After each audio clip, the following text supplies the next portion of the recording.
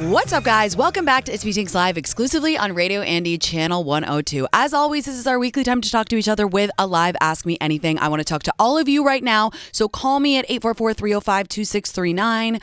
Good morning. Happy Wednesday. Coming to you live from New York City, baby. And my cute team. Guys, I was in a foul mood this morning because I didn't get good sleep last night. I woke up at 4 a.m. And then what I did instead of trying to go back to sleep was I watched Severance, which we're going to talk about in a second.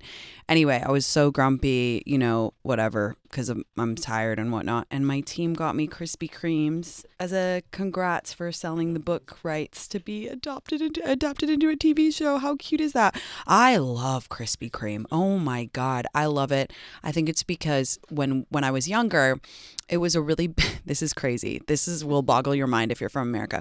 So in Selfridges in London, which is like the fanciest department store, like think about it like Saks or something, but maybe even fancier. There's only one. When we were younger, Krispy Kreme came into Selfridges and it was like fancy and designer, and it was the big thing to get Krispy Kreme because it was like from America, and like people would line up. It was like one of the first food items I remembered that people were lining up for. My mom got such a kick out of it because obviously she grew up in America and she loves Krispy Kreme, but didn't really think of it as like this fancy thing. She was like, oh, we get Krispy Kreme at like a gas station or whatever in America, and all these people in London would like line up for it. I don't know if it's still there, but anyway, we would go and we would get them hot, and oh my God. Anyway, I fucking love Krispy Kreme, so my cute team got them for me.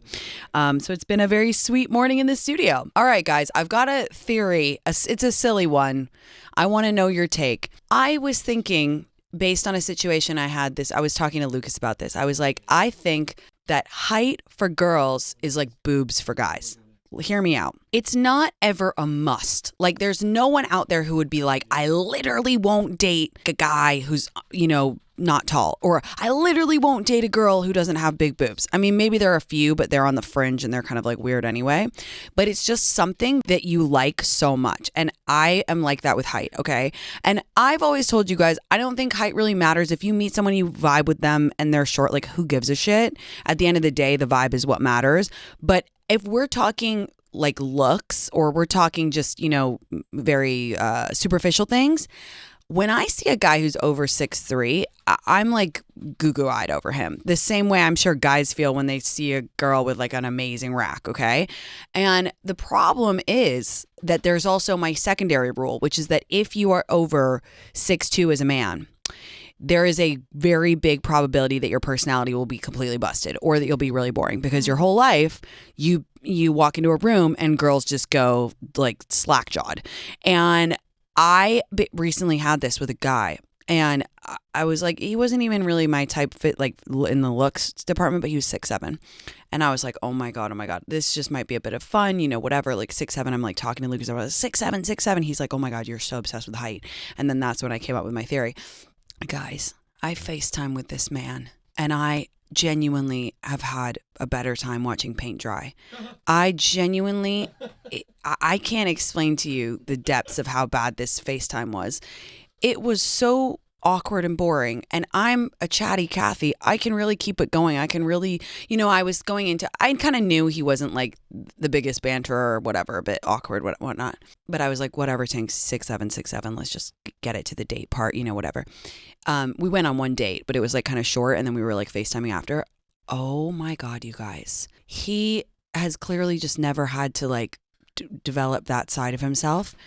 He actually said to me at one point, I can't think of what question to ask next. He actually said that. And I was like, what? Like, because he was so uncurious. He said that honestly. He genuinely couldn't think of how to keep the conversation going. And by the way, the conversation was 15, 20 minutes max. I'm kind of in the mode right now where I'm like, all right, if I'm not going to be in love, then I at least want to have fun and like, with tall guys and whatever. But it was impossible. It was so upsetting. It was like, how I haven't said this in a really long time, but how I always used to say crushes always cancel themselves. Like, you have your crush and it's going well, and then you get, or some people say like a crush is just a lack of information. Devastating because 6'7". Do you know how tall that is? That's so tall. That's a really, really good and nice height. And Lucas and my other friend Jesse were like asking me, they were like, what do you like about it so much? Every girl wants to feel tiny, okay? I'm not tall. I would say I'm probably like, I don't know what the medium height is in America. I would say I'm kind of like medium. I'm 5'7". But for me, I want to feel tiny. I want to feel like a tiny little girl, like so cuteums and whatever. And it's that. And then I also just love the feeling of like walking around with a tall boyfriend. It's like when people walk around with those huge fuck off dogs. You know the dog in that movie with Cameron Diaz and Kate Upton, and she has that, and Leslie Mann's character, the other woman. Leslie Mann's character has this huge, I think it's like a Great Dane or something. I don't know if this is derogatory to men or my boyfriends or tall people that I've dated, but I genuinely feel like I have a really big dog next to me when I have a tall boyfriend or when I'm, with a tall guy. It just feels like, ooh, he's protecting me and he's like this big, thing. Anyway, what are your thoughts on that? Are there any people out there who are like, I will not date below this height? Or are there any guys out there listening who are like, I will not date unless she has big boobs? In my opinion, for both of us, both the sexes, it's like a really nice to have, but not a necessary to have. And again, if you vibe with someone, you vibe with them. So it doesn't really matter. Also, I started Severance and it's my entire personality trait. I, as you know, have a big phobia of Apple TV and also shows with one word type like names that just are kind of like a not memorable word. But my friend Brett Chody, she's obsessed with this show and she has really good taste in TV and everything, honestly. And she's like, no, it's the best. So I gave it a go. And when I say that I'm obsessed with this show, it's all I think about. Like I literally was coming up in the elevator in Sirius XM today and I was like pretending that I was being severed. And while I was having my morning sit with my coffee this morning, I thought, oh, well, influencers couldn't be severed because we do too, like our work is our life and our life is our work. You know what I mean? Like it wouldn't work for us. But then in the elevator, now any elevator I'm in, I pretend I'm being severed and I'm coming in and I'm like, oh, I'm only in Sirius. And then I thought about if I was severed and my innie was just trapped in Sirius for the whole time. And I was like, oh, that's a really scary thought. But anyway. Would you actually want your team to be like, would you want us to be severed? No. Like, because then you couldn't text, like, if it's like at night and you need like, hey, I need this. First like, of all, I couldn't. That's a dig from Steve because I text him at 1 a.m. and I'm like, hey, Steve, I have an idea. Or like, oh, can we move this? Don't talk to Lauren, my assistant, about this because she would be like, I could never be severed because my phone is fucking buzzing 24/7, bitch. But what's the point of the show to say that, we're too obsessed with work? Again, I'm only halfway through season 1, but I'm like really loving the macro themes of it. We're too obsessed with work. We are too obsessed with work. But the thing is, I love having zero boundaries with my team. I'm sure they hate that with me, but for me, that's just the best is when you get really close with people because you're like texting them outside of work hours, asking them for things. I texted my book agent on the weekend because I had this insane idea for something I want to write. This 4-minute long voice note. I was like walking through Brooklyn and I was like, hey guys, I know that the Hotter in the Hamptons hasn't come out yet, but by the way, I've just got this idea I wanted to tell you about blah, blah, blah. And they just like, neither of them responded to me until Monday morning. That's good boundaries. But for me, I like to text people whenever I like to text them, which has, that's not good, but that's a little window into my work-life balance. So no one on my team is allowed to be severed. I'm not allowed to be severed. Yeah, it's just like the best show ever. All right, let's talk to Lauren. Hey, Lauren, how are you? Hi, Tinx. Wow, I cannot believe I'm on your live show. Welcome to the show. Listener. We were happy you're on. What's going on? Yeah, first-time caller. Wanted to start off by saying just love your humor and your outlook on life. And I'm an eldest daughter myself, so I just love feeling like I have a big sister in you. Thank you. That's so nice. Wow. I feel so lucky to be on because I'm turning 29 later this week. Oh, my God. Happy birthday. Thank you. I'm actually a leap year baby, so I feel it's always like a oh my God. time. Wait, I'm really dumb. I forgot. Does that mean you have a birthday every other year? It's every 4 years. What so the last fuck? Year. And is this last year was a real one, but this year no 29th in February. Wow. And do you celebrate on the day before it or after or when? How do you go about picking the day you're going to celebrate? Yeah, I usually celebrate on the day before. Okay. I feel like I identify more with the February. I love birthday. that. I love that. Yeah, no, February's sexy month. March, not so much. yeah, exactly.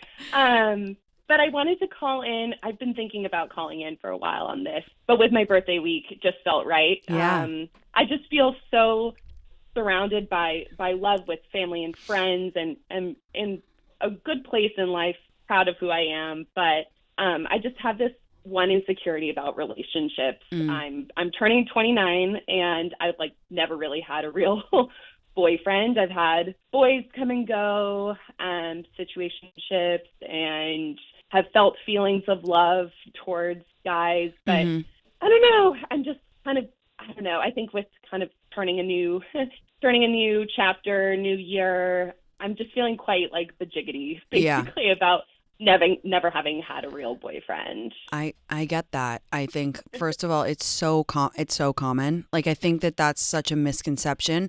I get that question all the time. I know people who didn't have a boyfriend for ages and ages. I know some people who, like, the first person that they dated was like in their 30s and then they married that person. It's so common. And I think that we're at a really interesting inflection point where we're the generation, or we're living in the time where things are shifting over, but we still have the mentality of the prior generations.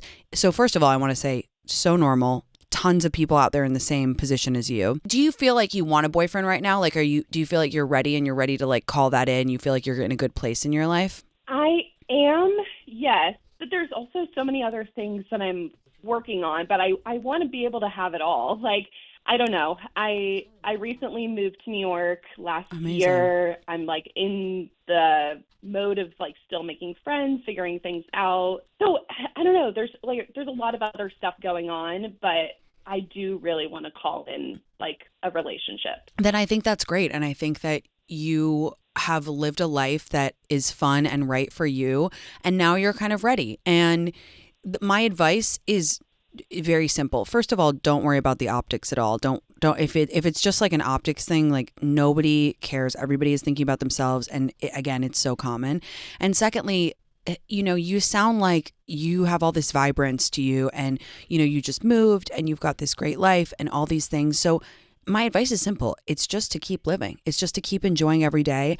And yes, manifest love, manifest a relationship if that's what you want, but don't change the way you live because you're happy right now. You said, like, I feel, surrounded by love from friends and family. You sound like you have a lot of love in your life. I wouldn't change that at all. I would just think, oh, I want to add to it. Oh, I want to manifest. I want to call someone in, but don't change it. I think that where people get really stuck and bogged down and they get upset and depressed is when they make it their whole focus. They turn 29, they turn 30, they go, oh, fuck, I got to find a husband. Oh my God, it's all I think about. Oh my God, it's all I talk about. Well, then they become miserable.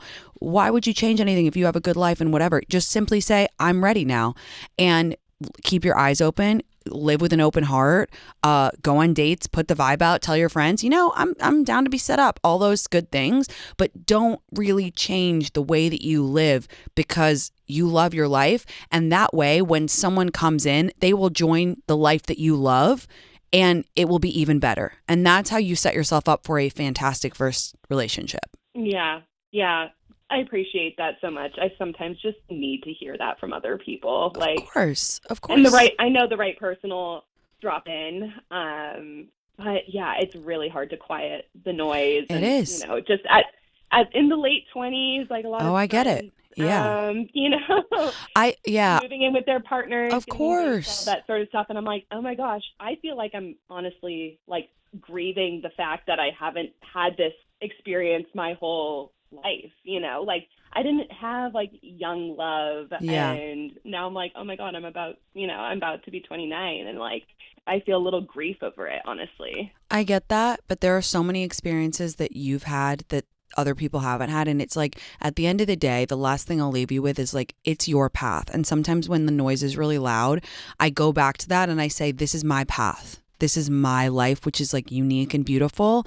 And when you look back, you're going to be like, oh, that's how it had to happen. That's why it had to happen. And really get like obsessed and joyful about your own path and be like, that's so cool and exciting. This is my journey.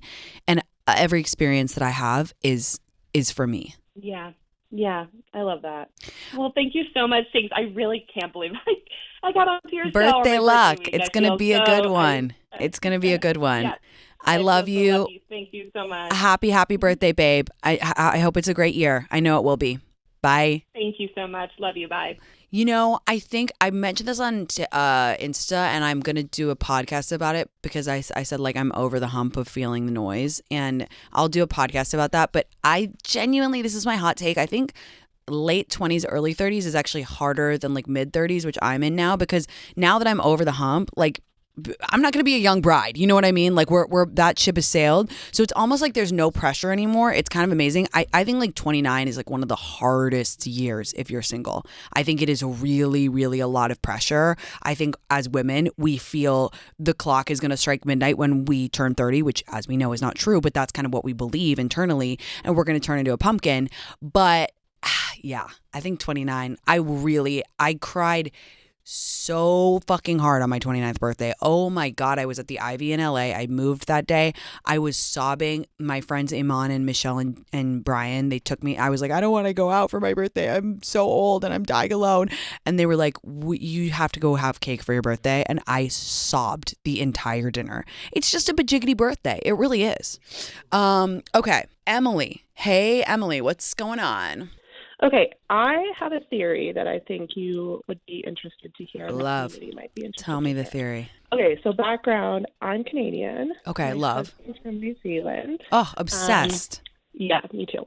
He moved here when he was 25, so he like grew up in New Zealand. Okay. And further backstory, I'm a lawyer and he's an electrician by trade, but Cool. he's now in like management, but it doesn't Cool. matter. Anyway, so what he gets a lot, and it's very confusing for him because it's like such a Canadian and I think American thing too, is people like in his professional life who don't know me, when they hear that his wife's a lawyer, they're like, oh, like a lawyer, like, and they make a big deal out of it because they automatically assume an income differential between us. Right. And they assume that that would bother my husband. Right. And it fully doesn't. And it Okay. never has. Like, we met when I was in law school. And I always just thought, you know, he's a good guy. This whole, like, women making more than men thing doesn't bother him.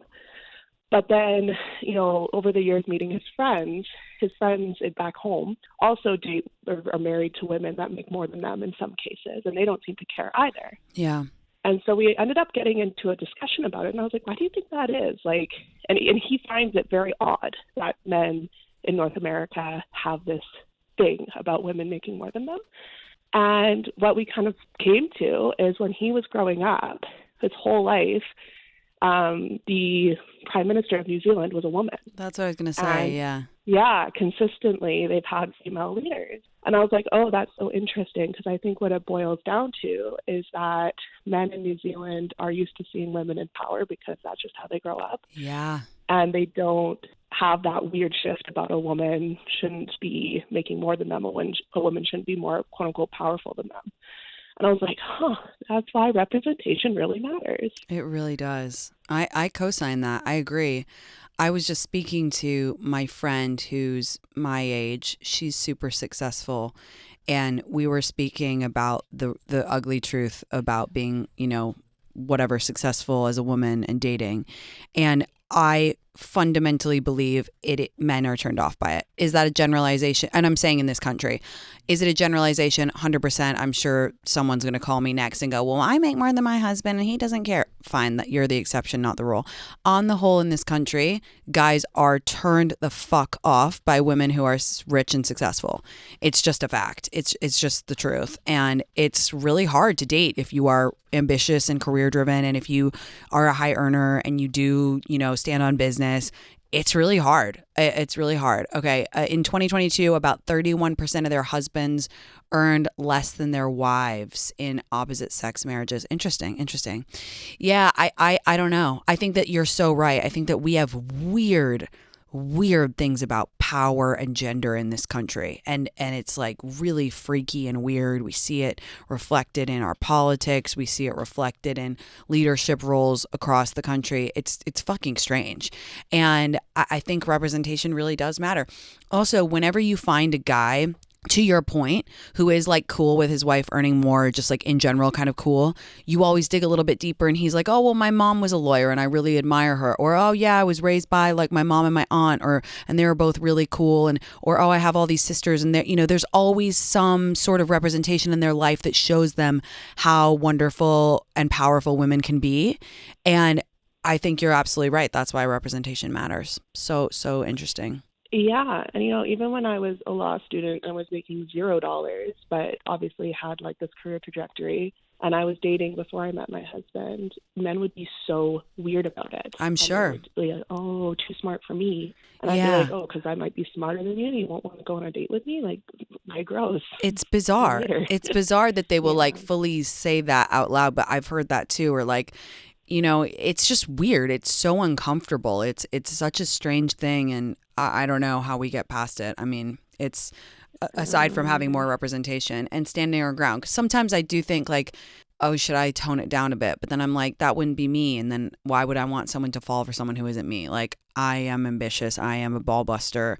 I like to make money and spend it on what I want. Like, that's my life and who I am. And so at the end of the day, what can I do? You know what I mean? That's who I am. No, you got to find a guy who doesn't care. I have a colleague who says that men will either mostly try to compete with you or expect you to be their mommy, and you need to find, like, when you're a woman in a bigger career, and you need to find the guys that fall somewhere off that chart, or else I want someone to take care of me. I'm like, come out alpha me, please. I'm begging you. I'm exhausted.